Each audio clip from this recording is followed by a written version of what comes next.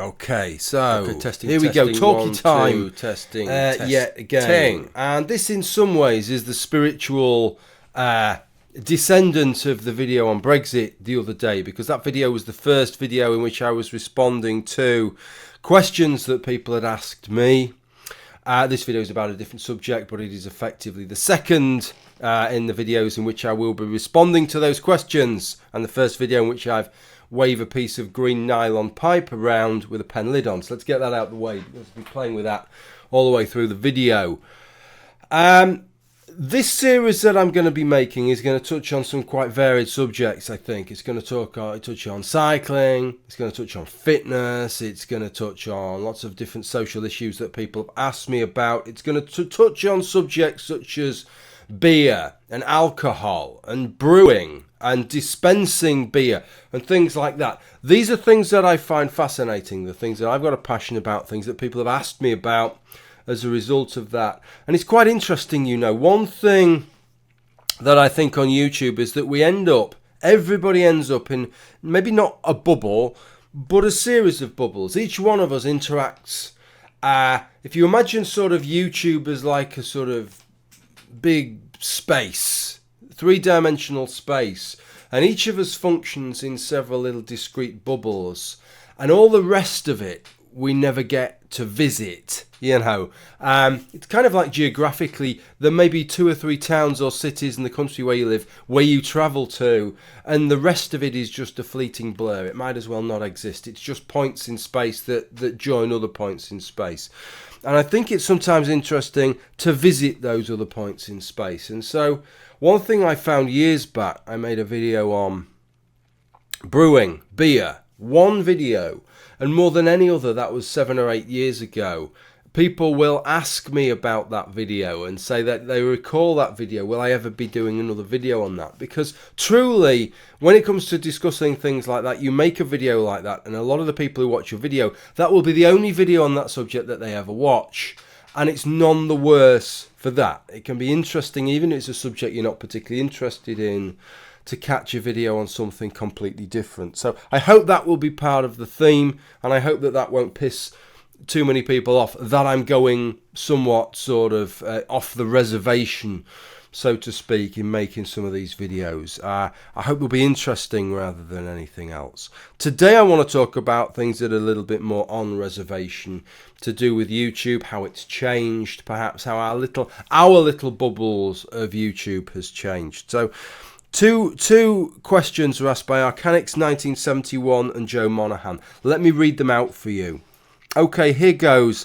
Over the years on YouTube, there has been a tendency for YouTubers involved in religious or socio-pol stuff to be drawn to one of the polarized sides or the other. Some have moved very much to the left and others very much to the right. Perhaps left and right aren't perfect terms for this, but I think they're pretty much serviceable for these purposes, and I'm pretty sure you get my gist. Obviously, this polarisation has been occurring in our society at the same time. It's not just a YouTube thing. See Brexit, Trump, etc. So how is it that Noel Plum has managed to not veer to any of the sides and managed for the most part to have the same position on the political spectrum, give or take a degree or two, as when I first started watching you on the recommendation of some YouTuber that I can't even remember? Or do you feel you have veered left or right? Is it merely my perception that puts you in the same general bit of political scrubland you were a decade ago? That was Arcanix 1971. Joe Monaghan. I was actually revisiting some of your old videos over the last few days, and it's actually a fantastic document on the Free Thought blogs era. Thank you, Joe. I'd be interested to hear your thoughts on how the YouTube community's evolved over time. The atheist movement splitting, the rise of the SJW, the rise of the new right, and how this all led to Trump. So probably not a straightforward question to answer, but it could be a video you make in the future, maybe. Aside from that, hope your family is well, particularly after the tragic event you had to deal with. Okay, so maybe deal with the last bit first, and thank you, Joe, for that polite inquiry. As to my family, some of you may be aware vaguely of what Joe's referring to. A bit more water under the bridge now, court case, everything well out the way, so I can probably put a little bit more flesh on the bones. Well, back at the start of last year, January 2018, my father was killed in his front room. My niece got into his house, approached him unbeknownst to him and hit him in the head with an axe. And then this is the police's reconstruction of how they think it panned out. As he got to his feet, she stabbed him through the neck, in the back, and in his abdomen, and then left him bleeding to death just in front of his chair. So that was the situation there. As a result of that, my niece has mental health issues. A judge determined that she wasn't able to stand trial properly and defend herself, so they had what is called a trial of the facts, which I attended, went on for about 4 or 5 days, which they determined that the events had taken place, provided the evidence, the overwhelming evidence to show what had happened, and that she was responsible for having committed the act without having to prove the mens rea, the mental component, that she was mentally capable, mentally responsible for her actions at the time. And as a result of proving that she committed the act, the Mental Health Act can keep her locked away indefinitely. If time comes in the future where it is determined that she's mentally compos mentis to be released under the Mental Health Act, then technically she could stand trial for murder, because then she would have the mental capacity to defend herself, the mental awareness to defend herself. She's not, she hasn't got special needs or whatever. She's just not right in the head. So then she could stand trial and determine whether she was mentally culpable for her actions. So that's the situation. What effect did that have on the family? Not a good effect. It's torn my side of the family apart, really, in many ways. But that's just the way it is. My nuclear family, me, my wife, and my little lad, are all fine, and we're supporting my mother as much as we can. So that's kind of where things are at with that. But that's not what this video is about, but thank you for asking about that. So to deal with the bulk of the two questions, I think it's fair to say that there is, certainly from my perceptions, an increase in polarization in society, and we're seeing this maybe across Western Europe generally, and also in North America. In the UK, duly, we've gone from a situation where the main political parties were fighting over the centre ground. That was seen post sort of Thatcher and the Michael Foots, Neil Kinnocks of this world as a sort of feature of British politics, that you tried to fight. Remember what I talked about in the previous video about things being anchored to one side, a lot of issues being anchored to one side of politics. So you can kind of rely on that. You're not going to lose anybody that end. And so you creep along until you've got over sort of 50%. You don't need 50% of the votes in the first past the post system, of course, but you're trying to appeal to sort of 50% of the population. So you creep as far as you have to from your direction, and that's where you plant your flag, and that seems to have been how things had evolved, and the likes of Tony Blair and David Cameron, I think, kind of summed up that approach, and we seem to have gone away from that. And now with Jeremy Corbyn and Boris Johnson, we're going back to the politics that we had before, where the more radical stance of one side allows the other side to be more and more daring. And the sort of, well, what can, if they're trying to get away with that, that's going to disenfranchise people in the centre from them. So we can probably ask for a little bit more of what we really want and still appeal to those people, still be less distasteful to those people in the middle than those on the other side. So I think that has happened, and that is happening. And I think that you're maybe seeing that in the United States as well, where Trump, being a little bit more extreme, is allowing some of the Democrats to be a little bit more extreme and think, well, we can maybe get away with that as well now, because there will be these people in the middle that look at Trump and find that distasteful. And as long as we don't appear more distasteful than Donald Trump to them, then they'll vote for us. It's a very dissatisfying situation if you sit somewhere in the middle, of course. Maybe not if you sit towards one of the sides. Finally, there is somebody who's representing your views, and you can see some clear blue water with the other side. What I would say is I don't think that this is what has driven the greater polarization on YouTube and on social media generally. I don't think it's gone in that direction. Whether there's some direction of travel in the other direction, I'm not sure about. But I think that there are other forces at work. This is my experience on YouTube, to sort of mesh in with that, which was that when I started on YouTube as a sort of YouTube atheist, the community itself, and I never really thought of it as a YouTube atheist community, it was more of a debate community because, as I've said many times, there were many theists, especially Christians, that were much more part of my community than some of the atheists were. They were doing their thing, whereas these were people that I was interacting with. We disagreed, we were debating subjects, but they were part of that community. But in terms of that, we were very much on issue, we were very much on message, and we didn't deviate very much. And I think things started to change when we started to look at other subjects. And then it became apparent that different people had different views. I think some of the change that has taken place has been beneficial. I think there has been quite a swing to the right in this particular sphere on YouTube, which isn't a bad thing. I think at the point where I started, and you only got it from little chunks here and there because politics wasn't something that was talked so much, but I got the impression that I was at sort of almost at the sort of right extreme edge. Everybody was to the left of me, which was really odd since even in UK terms, I'm very much politically central. So it was very much skewed, a very much sort of left-wing thinking amongst most people. One of the saddest things to me is that some of those individuals, I don't think I've got very radical views on anything, particularly.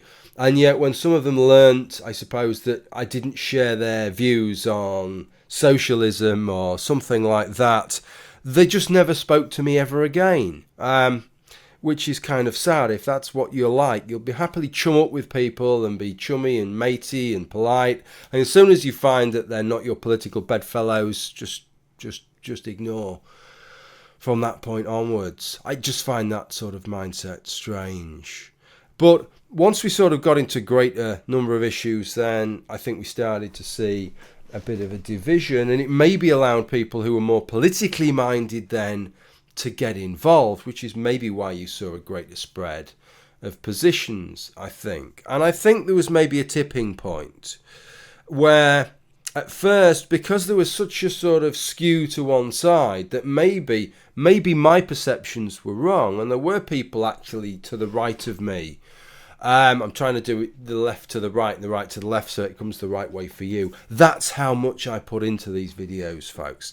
But I just didn't see them because they thought, well, let's just keep our mouths shut here because we're out of step with the rest of people and we don't want to drag the subjects we're talking about down with those things. But once you start talking about those political subjects, then you have to bring your views in. So maybe it was more balanced. It's hard for me to say quite where that is. But I think it's probably a positive thing that there's a more even spread now. The problem is that the spread, the balance is like the balance on a set of scales in which you have a weight over here and a weight over there, right? Let's check my hands are fitting on the screen. And yes, it may be in balance, but you've got two almost discrete weights and very little in here, which is fine if you've got a balance to try and weigh something, but that isn't representative of people's political views. People's political views, I propose, are not some kind of gross bimodal distribution, but most people lay somewhere within the centre. And I think that social media discourages that from being represented, and I think that's part of the problem here. And YouTube has fostered that, I think, in that whenever this is how it works, I think, in people's minds, is that when you hear an issue, you want to see some videos on it, and maybe you want to see some videos that you agree with, and maybe you want to see some videos that you disagree with. The chap or chapess in the centre is probably not the person that you're going to be most motivated to watch. You want the person that's going to be roaring along on your side, or the person that you can really hate and vilify and dislike. So the person with the more polarized view is the person that you're going to look at, coupled with the fact, let's say there are 20 issues that you may wish to watch videos on, listen about. Which are the ones that you're going to be most motivated to watch? Is it going to be the subjects where your views are pretty middle of the road? Or is it going to be those subjects where you're outside of the norm and feel like you're outside the window, everybody's enjoying the food and you're banging on the window and you're not getting a say in any of that, that you're kind of ostracized from the sort of political Overton window or what have you?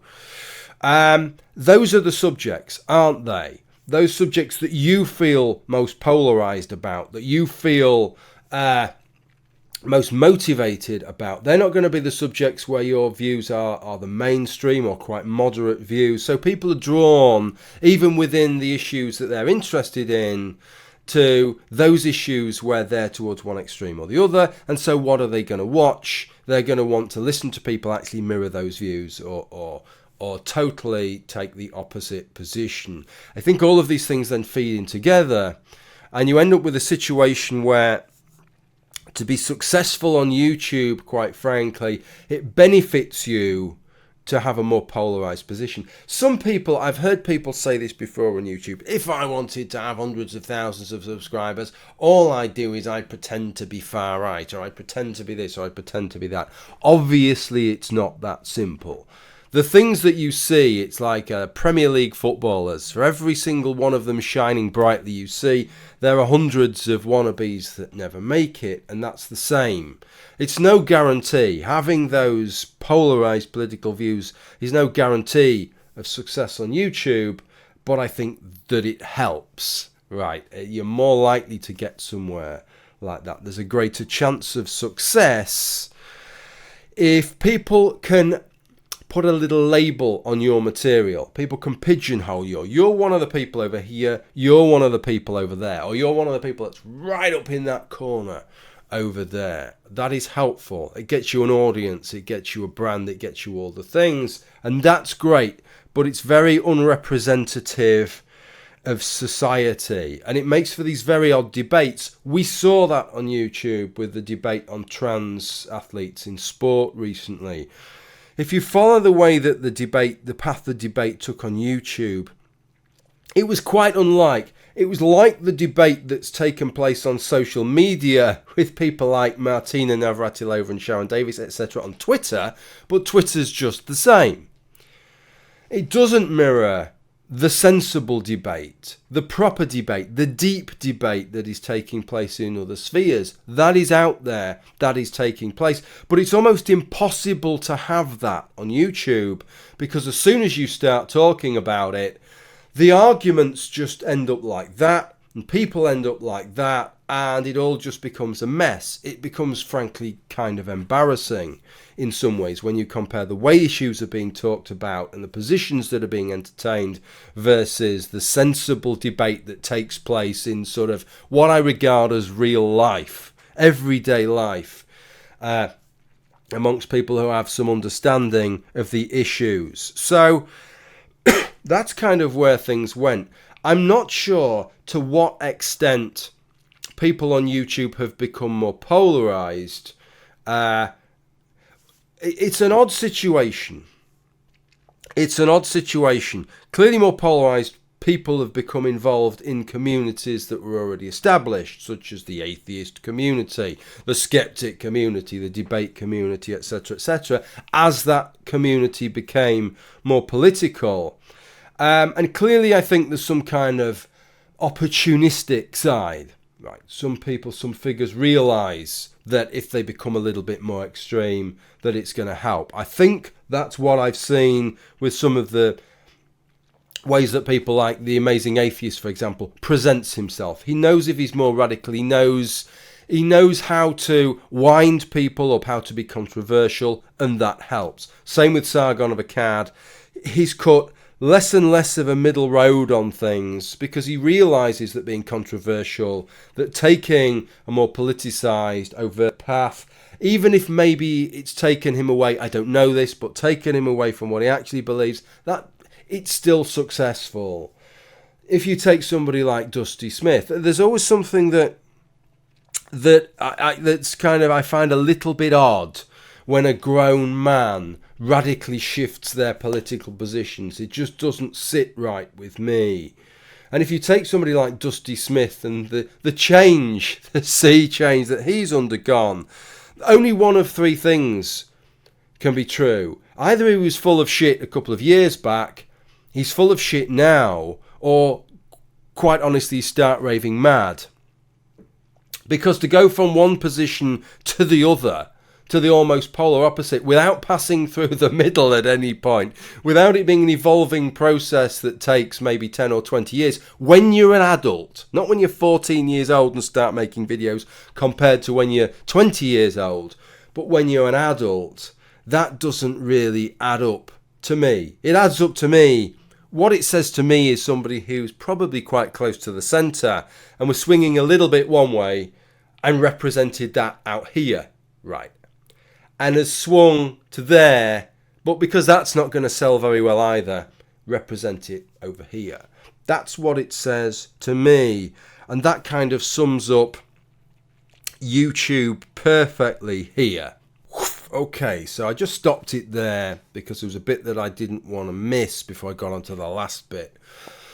And I was in danger of doing so. Notwithstanding that, I want to make these videos as organic as possible with as few breaks in them. Arcanix 1971 had framed it with regard to me and asked me about me and said, hey, Noel, Plum, you know, over the years, all the people I've been watching, they seem to have veered left or right. You seem to be pretty much on the same political path as where you started from, and that's unusual. Do you agree with me? And if so, why is that? Yes, I would say I agree with you. There are issues that I've changed on, but by and large, I'm in the same point in space as I am when I started. It's strange that that is the exception, folks. People do change their positions, but when we're talking about adults, usually those changes happen over geological time frames almost, you know. They don't happen very rapidly, and they shouldn't really if you've thought through what you're talking about. Thinking through what you're talking about doesn't guarantee where you're going to sit, but if you've heard most of the decent arguments a couple of times already, hearing them for a third time and thrashing them out for a third time shouldn't suddenly see you bounding over the fence and disappearing off into the distance to the left or right. So it's disappointing perhaps that has been maybe the exception rather than the rule on YouTube. Why is that? I think we've discussed some of that in this video already. I've been in quite a lucky position. I make some money out of YouTube, and it's kind of, with situations as they are, critical that I do. I make no bones about that. I rely on the money that I make on YouTube. But it isn't my primary employment. It's an important second job. And I think that puts me in a different basket to people who do this for a living. This is their job. And I think that's a healthier position to be in, quite frankly. I am somebody who, if you want to wind me up on YouTube, you can call me all manner of things. And what you will probably notice is that they don't wind me up on YouTube. But if you want to wind me up on YouTube, and you could look through the comments that are left, and what triggers me is telling me that don't really believe what I'm saying, right? That I'm saying this, but I don't believe that. I'm just saying that for effect, or I'm saying that to pander to this group, and it's not what I really believe.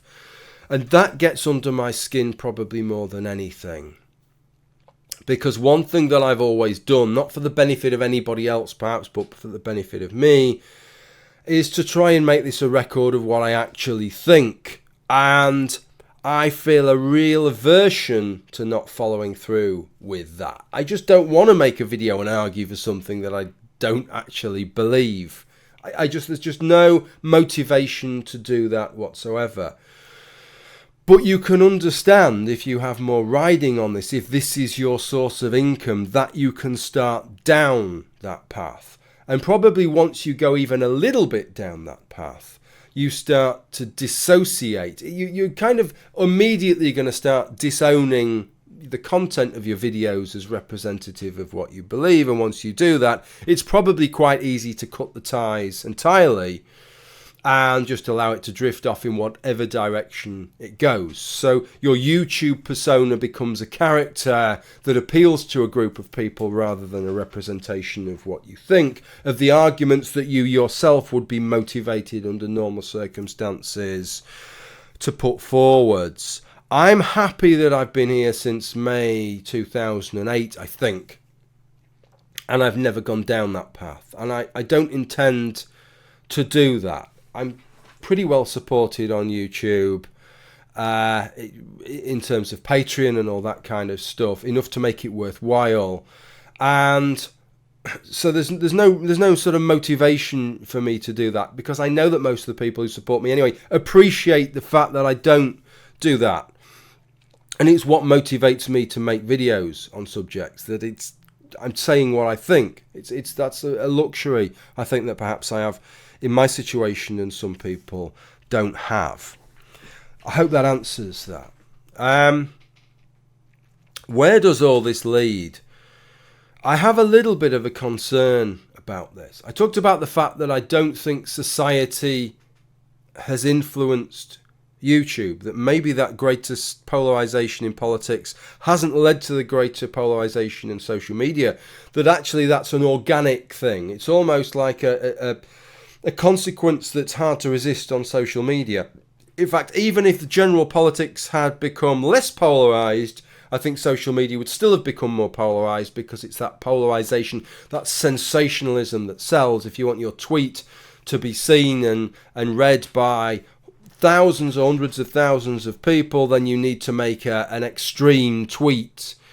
If you want a video channel that's going to be notorious or popular or whatever, then you need to be more radical, you need to be more extreme, you need to appeal, you need to stand out above the crowd. These social media platforms are platforms that encourage and reward that kind of thing. And so duly, rather than having a nice sort of distribution curve that probably represents the sort of political opinions out there, you end up with this sort of double-humped bimodal distribution type of thing, and a paucity of stuff in the middle. The concern is whether then that starts to feed back, of course, because social media is not a little thing nowadays. It's not something that a small percentage of us are involved in, a sort of nerdy small percentage. Walk round, everybody's fannying about on their phones incessantly, aren't they? Looking at Facebook, looking at Twitter, looking at Instagram, looking at all these different things. And we know that politicians get drawn to them, and politicians are trying to appeal to the views that they see expressed, because they see the views expressed on these things and they feel this is where the groundswells of support are, this is where the groundswells of feeling are, when actually all it is that it is the most extreme and motivated people that are motivated to tweet about that particular subject or to make a video on that particular subject, and that is not representative of people at large.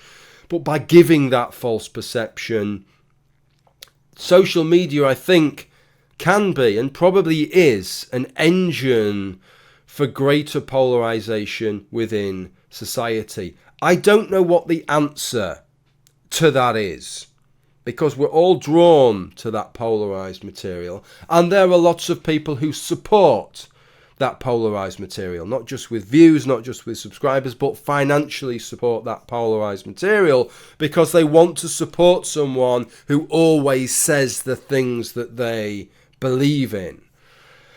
And of course, it's the people with the most extreme views that are often the keenest to support a position. It's not the people in the centre who want to do that. So I have some concern as to where that sits. And it's a difficult one. It's a difficult one because I think those concerns are shared by the people that are running YouTube and Twitter, etc. But how do you account for that? How do you mitigate that without doing the kind of censorious things that none of us like. I think that is where the rubber meets the road. That is where the real problem is. And that's what's going to need to be sorted out, I think. Okay, I think that's pretty much answers what was on there. The next video will be on something quite different. It probably won't be the brewing ones because I've got a lot going on downstairs. I've bought a commercial freezer which I'm turning into almost like a mini cellar. There's pipes running in, there's pipes running out, there's equipment all over. It's going to be great, and there's going to be a lot to show you when I move on to that. But let's wait until that's all set up a little bit more before I do that. But the next video, it's going to be one in this series, I think. I will intersperse it with the traditional sort of atheist videos and stuff as well. But it will be one in this series, but it will be something completely different, as Monty Python would say. Okay, thank you for watching. If you've enjoyed this video and you're not subscribed, you may wish to do so. Like it, share it, favourite it. If you really enjoy my material and you want to support me, I'll leave you the links down below. Blah, de blah, de blah. Okay, thank you for watching. Bye for now.